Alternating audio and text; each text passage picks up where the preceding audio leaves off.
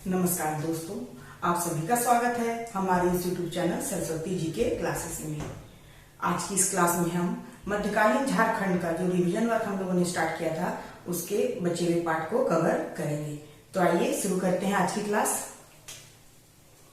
हमारा जो next question है, इसके पहले क्लास में हम लोगों ने 38 क्वेश्चन तक हम लोगों ने कर लिया था।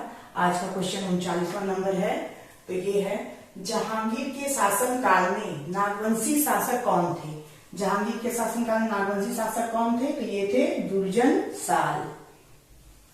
दुर्जनशाल को किस किले में और कितने वर्षों तक कैद करके रखा गया था? दुर्जनशाल को जहांगीर के द्वारा कैद कर लिया गया था, तो किस किले में रखा गया था, कितने वर्षों के लिए? तो ग्वालियर के किले में उनको रखा गया था और 12 वर्षों तक उन्हें कैद करके रखा गया था। मुगल इतिहास ग्रंथों में मुगल इतिहास की जानकारी जिससे हमें मिलती है, उसमें किस वंश के शासक को जमींदार ए खान अलामा कहा गया है? मुगल इतिहास की जानकारी देने वाले जो ग्रंथ हैं उसमें किस वंश के शासक को जमींदार ए खान अलामा कहा गया है? तो ये है नागवंशी शासक जिन्हें जमींदार ए खान अलामा कहा गया है। नेक्स्ट है, शंख नदी से हीरे प्राप्त करने का विवरण कहां से मिलता है? शंख नदी से हीरे प्राप्त करने का जो विवरण है वो हमें कहां से मिलता है? तो ये मिलता है तुजु के जहांगीरी में। तुजु के जहांगीरी में हीरे प्राप्त करने का वर्णन किया गया है। टॉलमी ने किस नदी का वर्णन किया है? तो टॉलमी ने एडमास नदी का वर्णन किया है, जो एक ग्रीक वर्ड है और जिसका मीनिंग होता है हीरा। तो हम लोगों ने ऐसा पढ़ा था कि संभवतः उसने इसका प्रयोग जो है शंख नदी के लिए ही किया होगा। जहांगीर ने 1612 ईस्वी में किसे बिहार का सूबेदार बनाया था? तो ये जफर खां को जहांगीर ने 1612 ईस्वी में बिहार का सूबेदार बनाया था। बिहार के किस मुगल सूबेदार ने दुर्जनशाल को पराजित किया था? बिहार के किस सूबेदार ने दुर्जनशाल को पराजित किया था? तो ये थे इब्राहिम खां ने दुर्जनशाल को पराजित किया था। फाख जंग की उपाधि किसे दी गई है? तो फाख जंग की उपाधि इब्राहिम खां को दी गई है। इब्राहिम खां जिसने कि दुर्जनशाल को पराजित किया था और उससे हीरे लुटे थे और सभी को मुगल दरबार भेजा था, और इसी खुशी में जहांगीर ने उसे फाख जंग की उपाधि दी थी। फाख जंग, ऐसा भी क्वेश्चन पूछा जा सकता है कि इब्राहिम खां को जहांगीर ने कौन सी उपाधि दी थी? तो ये थी फाख जंग की उपाधि। दुर्जनशाल को जहांगीर ने कौन सी उपाधि दी थी? जहांगीर ने दुर्जनशाल को कौन सी उपाधि दी थी? तो ये दी थी शाह की उपाधि। और इसका स्टोरी हम लोग जानते हैं कि जब जो हीरे दुर्जनशाल से लूटे गए थे, उसमें शंख नदी से जो हीरे प्राप्त हुए थे उसमें एक बैंगनी रंग का भी हीरा था, जिसकी शुद्धता की परख करने के लिए दुर्जनशाल को जहांगीर ने आमंत्रित किया था, और उसी हीरे की परख की वजह से जहांगीर ने उसे कैद मुक्त कर दिया था और उसे उसकी राजधानी जो है वापस कर दी थी, और साथ में उसे शाह की उपाधि भी दी थी। तो दुर्जनशाल को जहांगीर ने शाह की उपाधि दी थी, इसलिए कहीं कहीं दुर्जनशाल की जगह दुर्जनशाह भी लिखा जाता है। दुर्जनशाल ने कितना वार्षिक कर देना स्वीकार किया था? जब उसे कैद मुक्त करके उसका राज्य वापस कर दिया गया तो उसे कितना कर देना स्वीकार किया था सालाना? तो ये था 6000 रुपए सालाना कर देना उसने मुगलों को स्वीकार किया था दुर्जनशाल ने। झरोखा दर्शन की शुरुआत किस नागवंशी शासक ने की थी? तो झरोखा दर्शन की शुरुआत जो है वो दुर्जनशाल ने की थी, क्योंकि ये 12 वर्षों तक मुगलों के प्रभाव में रहा था और उसी प्रभाव की वजह से वो जब वापस लौटा था तो उसने अपने दोयसा में झरोखा दर्शन प्रथा की शुरुआत की थी।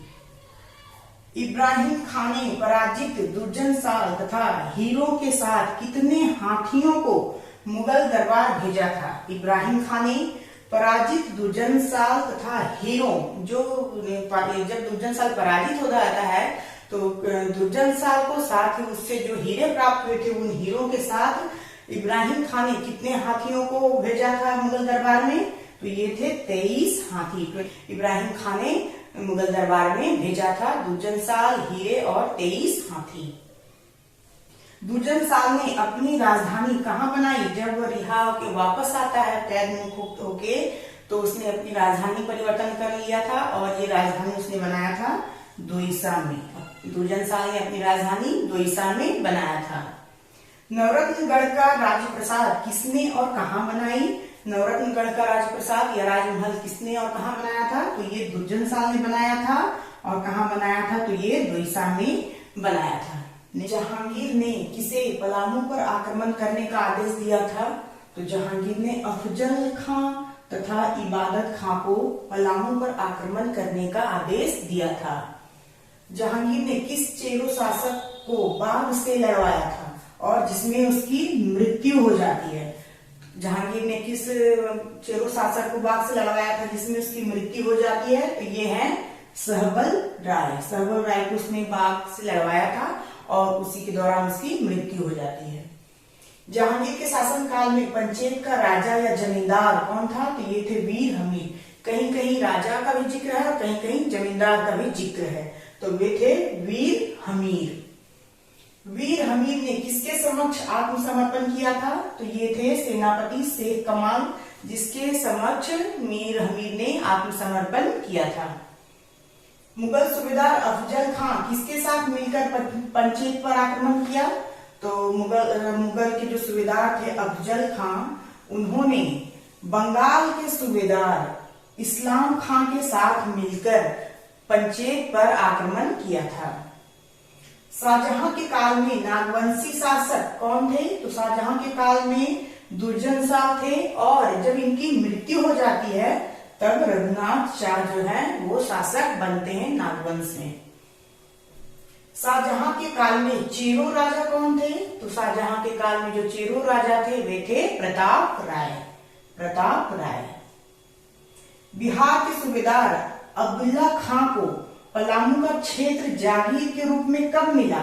बिहार के सूबेदार अब्दुल्ला खां को पलामू का क्षेत्र जागीर के रूप में मिला था। कब? तो ये 1632 ईस्वी में मिला था। 1632 ईस्वी में अब्दुल्ला खां को जागीर के रूप में मिले पलामू क्षेत्र का सालाना कर कितना देना निर्धारित किया गया था? तो ये किया गया था 1,36,000 रुपए सालाना कर के रूप में निर्धारित किया गया था पलामू क्षेत्र का।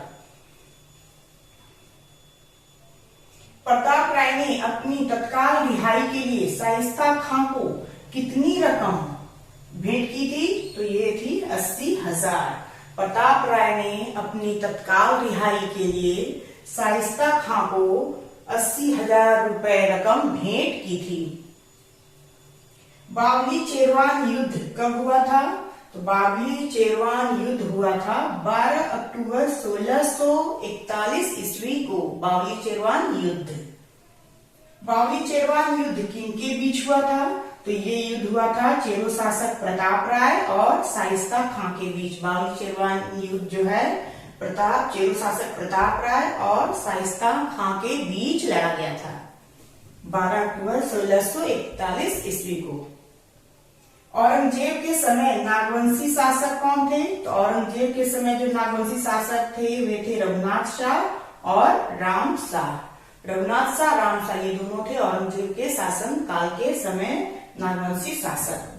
रघुनाथ शाह को और किस नाम से जाना जाता है? तो ये हम लोगों ने पहले भी पढ़ा था कि रघुनाथ शाह को एनीनाथ ठाकुर के नाम से भी जानते हैं। एनीनाथ ठाकुर के नाम से जाना जाता है। रघुनाथ शाह के गुरु का क्या नाम था? तो जो रघुनाथ शाह थे वे धार्मिक प्रवृत्ति के व्यक्ति थे और उनके जो गुरु थे वे थे हरिनाथ। हरिनाथ। धर्म आस्था का काल किस शासक के काल को कहा जाता है? तो धर्म आस्था का काल जो है वो रघुनाथ शाह के काल को कहा जाता है, क्योंकि रघुनाथ शाह एक धार्मिक प्रवृत्ति के व्यक्ति थे और इनका जो शासन काल था वो बहुत ही शांति प्रिय ढंग से गुजरा था। औरंगजेब के समय पलामू के राजा कौन थे? औरंगजेब के समय पलामू के राजा थे मेदिनी राय। औरंगजेब ने किसे पलामू पर आक्रमण करने भेजा था? तो ये भेजा था बिहार के सूबेदार दाऊद खां को। औरंगजेब ने बिहार के सूबेदार दाऊद खां को पलामू पर आक्रमण करने भेजा था। कोठी के किले पर दाऊद खान ने कब अधिकार किया? तो कोठी के किले पर दाऊद खान ने 5 मई 1660 ईस्वी को अधिकार किया था।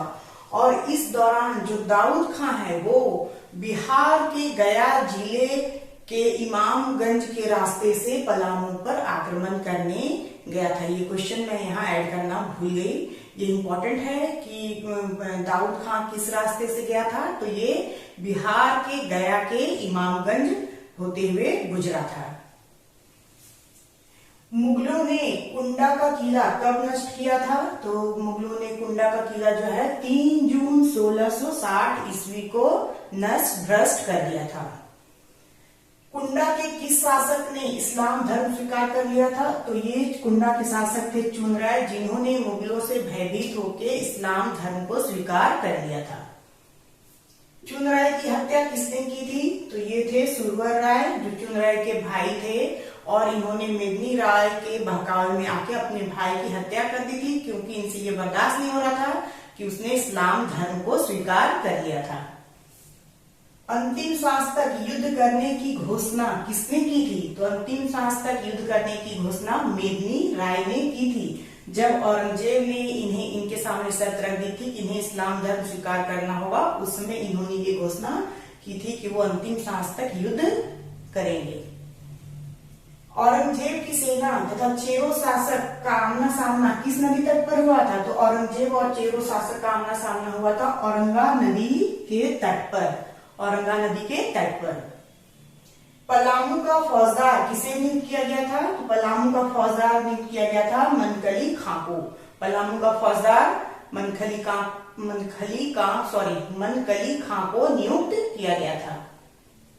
दाऊद खान ने पलामू किले का सिंह द्वार, दाऊद खान जब वापस जा रहा था तो उसने पलामू किले का सिंह द्वार वहां से उखाड़ के वो अपने साथ ले गया था, और इसे उसने कहाँ लगवाया था? तो इसे लगवाया था औरंगाबाद के दाऊद नगर, जहां उसकी गढ़ी थी, उसमें उसने इसको लगवाया था सिंह द्वार को।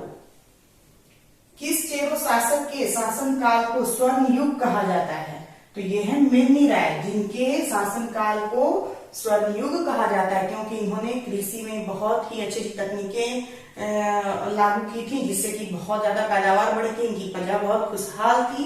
साथ ही ये एक वैसे शासक थे जिन्होंने कभी भी अपनी जनता या प्रजा से किसी तरह का कोई कर नहीं लिया था, इसलिए इनके शासनकाल को स्वर्ण युग के नाम से भी जाना जाता है।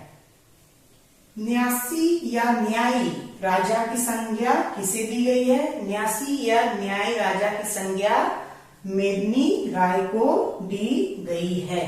तो आज का ये जो हमारा रिवीजन वर्क है मध्यकालीन झारखंड का, ये यहाँ पे खत्म होता है। नेक्स्ट क्लास में हम झारखंड के कुछ मुख्य नए टॉपिक के साथ फिर मिलेंगे। तब तक के लिए धन्यवाद। जय हिंद, वंदे मातरम।